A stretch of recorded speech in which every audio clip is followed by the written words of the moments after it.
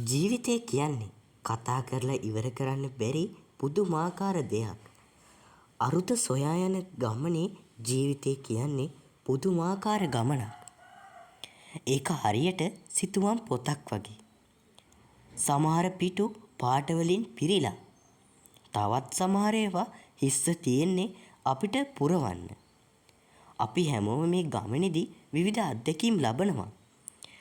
සමහර වෙලාවට අපි hina වෙනවා. තවත් වෙලාවට කඳුළු සලනවා.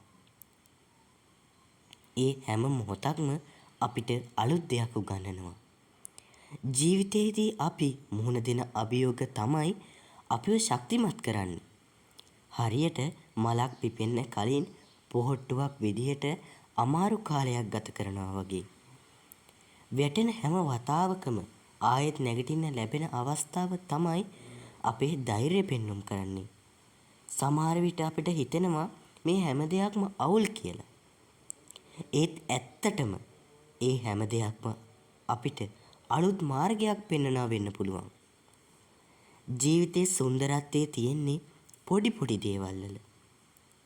උදේට ඉර පායන හැටි, රැට තරු දිලිසෙන හැටි, යාළුවන්ගෙන් ලැබෙන ලස්සන වචනයක්, නාදුරන කෙනෙකුගෙන් ලැබෙන පුංචි උදව්වක්.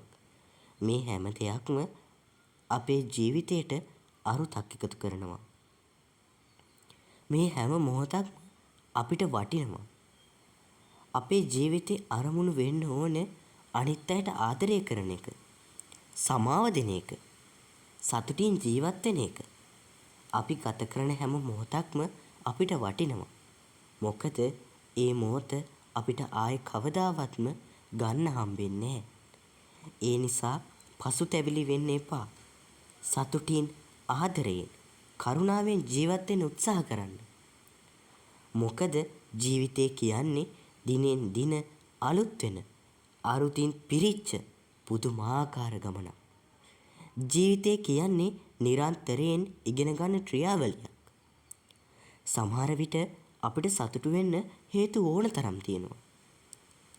තවත් වෙලාවට අපි අභියෝග වලට මුහුණ දෙනවා. වැදගත්ම දේ තමයි මේ හැම මොහොතක්ම අවබෝධයෙන් පිළිගෙන අත්දැකීම් විදියට එකතු කරගෙන ඉදිරියට යන එක. ජීවිතේ අරුත කියන එක පුද්ගලයාගෙන් පුද්ගලයාට වෙනස් වෙනවා. සමහරුන්ට එය අරමුණු පසුපස හඹා යාමක් වෙන්න පුළුවන්. තවත් සමහරුන්ට එය ආදරය, සම්දතා හෝ අන් අයට උදව් කිරීමක් වෙන්නත් පුළුවන්. වැදගත්ම දේ තමයි අපි කොහොමද ජීවිතයට අරුතක් එකතු කරගන්නේ කියන එක. කොහොමද අපි ජීවිතයට අරුතක් හඹාගෙන යන්නේ? ඉතින් ඔයා කොහොමද ඔයාගේ ජීවිතයට අරුතක් එකතු කරගෙන ජීවිතේ හඹාගෙන යන්නේ කියන ප්‍රශ්නාන්තෙත් එක්ක අදට ඔබෙන් සමුගන්නවා.